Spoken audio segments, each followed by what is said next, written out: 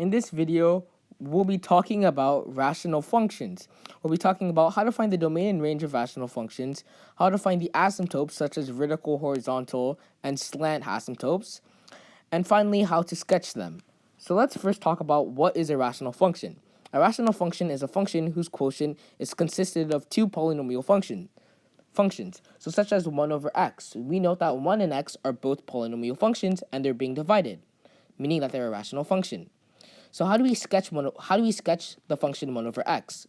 To sketch the function 1 over x, we simply want to ask ourselves, well, basically, what are the horizontal and vertical asymptotes?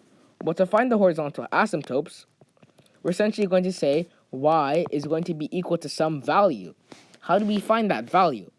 Well, since we know that the degree of the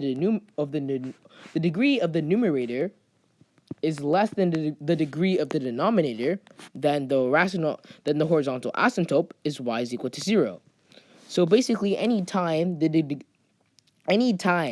degree of the numerator is less than the degree of the denominator, then the horizontal asymptote will always be y is equal to 0. And you can even intuitively find it yourself. Let's say we plug in a very large absolute value of x, such as 1 over 1 million. Well, we can obviously tell that we're getting very small, so we're going to be approaching 0. But a quick way is just anytime the degree of the numerator is less than the degree of the denominator. I don't know why I can't say that, but yeah. Now, how do you find the vertical asymptote?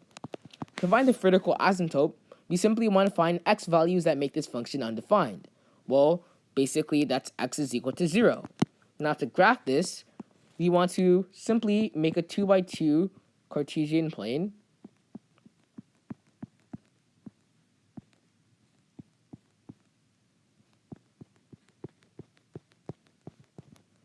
And we want to graph the two asymptotes. Now, let's start from the left. How do we know if it's here or over here? Well, to do that, we need to plug in a point to the right of 0. So let's try -1. If you plug in -1, we're going to get 1, comma, -1. No, we're going to get -1, comma, -1. So we're going to get something over here. So 1 over -1. So it's going to look something like this. Now, that's actually, hold up. So we're going to get something that looks like this. Now, how do we know if it's over here or over here? Well, to do that, we simply plug in a point to the right of 0. So let's try 1. If you plug in 1, we're going to get 1, comma 1. So it's going to look something like this. Remember, the graph is simply going to approach the asymptotes. That's why they're so useful and make our graphs very accurate. Now, what if we want to try a harder example? So what if we wanted to graph 2x over 2x squared minus 4? Actually, that's a bad example because you can divide everything by 2. What if we wanted to graph x over 2x squared minus 4? Well, to do that, let's first ask ourselves, what is the horizontal asymptote? Well, since we know that the degree of the denominator is less than the degree of the numerator, then the horizontal asymptote will be y is equal to 0. Now, what is the vertical asymptote? Well, essentially, the vertical asymptotes are x values that make this function defined. How do we find that? Well, we simply set the denominator equal to 0. So 2x minus 4 equal to 0. Now we add 4 to both sides, and we get x squared is equal to 2. So x is equal to plus or minus root 2. So the vertical asymptotes will be x is equal to plus or minus root 2. Now, how do we sketch this? Well, to sketch this, let's simply make a 2x2 Cartesian plane. So let's make our ticks.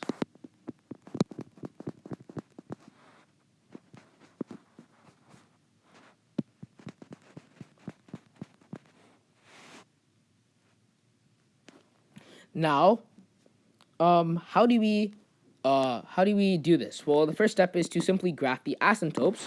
The first asymptote is at y is equal to 0. The second one is x is equal to negative root 2, which is approximately plus or minus 1.41. So we can basically graph it. Negative root 2 is somewhere here, and then positive root 2 is somewhere here, because it's approximately 1.41.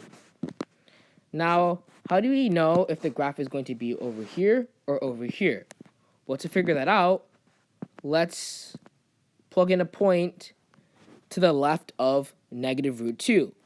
A point to the left of negative root 2 is negative 2. So if we plug in negative 2, we get negative 2 over 2 times negative 2 squared minus 4.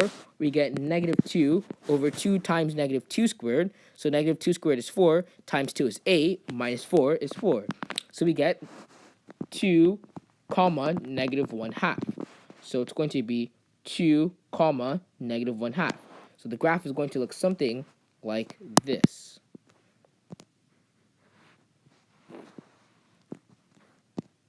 Now for the third region. How do we know what's going to happen in the third region? Well, so basically not the third region. How do we know what's going to happen in this region over here? Well, to know what's going to happen in this region, we need to plug in a value between the asymptotes. So we need to plug in a value between negative root 2 and root 2. A value between negative root 2 and root 2 is 0. So if we plug in 0, we simply get the origin. Now, so let me do this. Let me actually do it in another color. So now, how do we know if it comes out like this or comes out like that? Well, to do that, let's plug in a point right to 0 and less than root 2. And that could be 1. So let's plug in 1. If we plug in 1, we're going to get 1 over 2 times 1 squared, which is 2, minus 4. So you're going to get 1 over negative 2. So we're going to get 1 negative 1 half. So it's going to look something like this. Now, how do we know? So now, since we know that it's going to come out like this as well. So how do we know if it's going to be here or over here? Well, to do that, let's plug in a point to the right of root 2, or to the right of this vertical asymptote. So a point that is to the right of root 2 is 2. So 2 over 2 times 2 squared minus 4 is the same thing as 2 over 8 minus 4, which is the same thing as 2 over 4, which is the same thing as 1 half. So 2, 1 half. So the graph is going to look something like this. Also, I forgot to ask this. What is the domain and range of the function? Well, the domain and range of the function is essentially going to be all the values excluding the asymptotes, because the asymptotes are things that approach but never get to it. So how do you find the domain and range? Well, let's first start off with the domain. Well, we know that the horizontal asymptotes are essentially negative root 2 and positive root 2. So we want to exclude those values. So to do that, to write this in interval notation, we're going to get negative root 2, well, not negative root 2, my bad, negative infinity. Always start from the smallest. In fact, I'm not going to have that much room, so let me move over here. So negative infinity, so the domain, to negative root 2 union negative root 2 to 2 to root 2 union root 2 to infinity. So negative infinity, I know that's very sloppy, but negative infinity to negative root 2 union negative root 2 to root 2 union root 2 to infinity. So basically all the values that exclude negative root 2 and positive root 2. Now, how do you find the range? Well, the range is all the values that exclude y is equal to 0 because it's the asymptote. So to do that, we essentially do negative infinity to 0, union 0 to infinity. Now, let's try another example.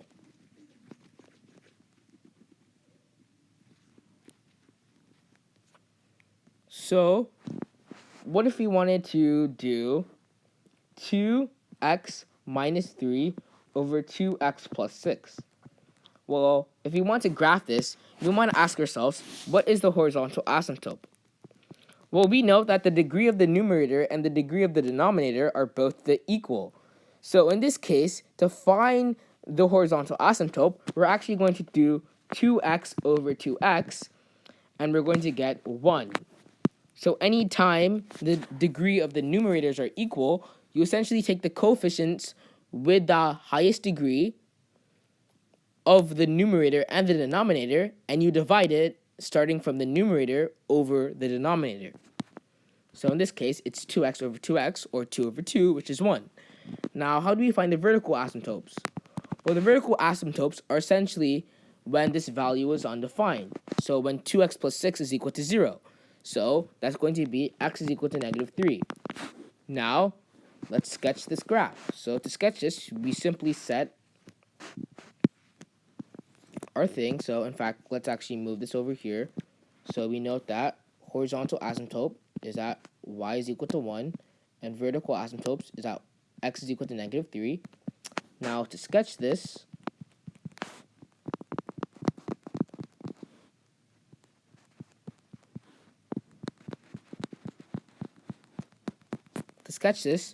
we simply sketch the asymptotes. So we have one asymptote at y is equal to 1. Oh, that's really curvy. My bad. So still pretty curvy.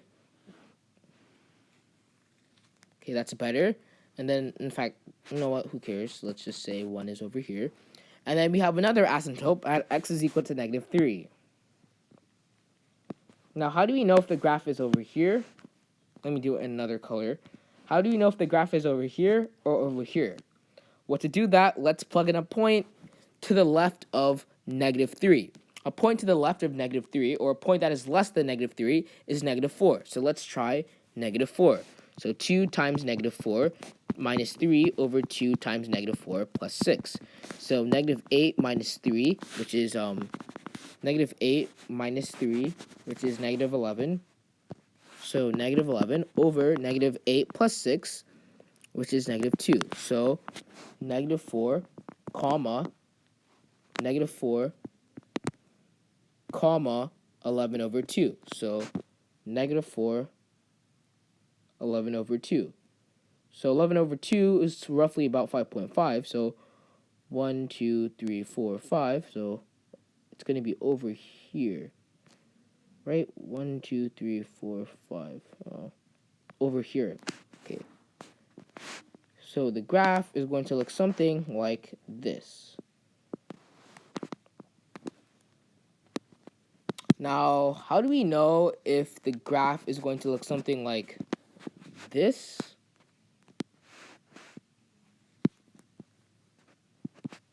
Or something like that?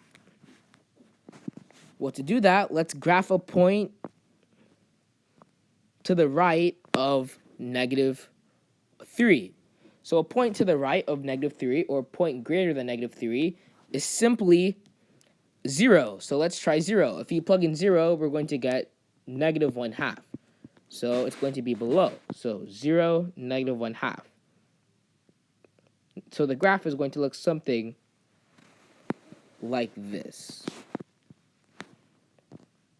So that is how you do that example.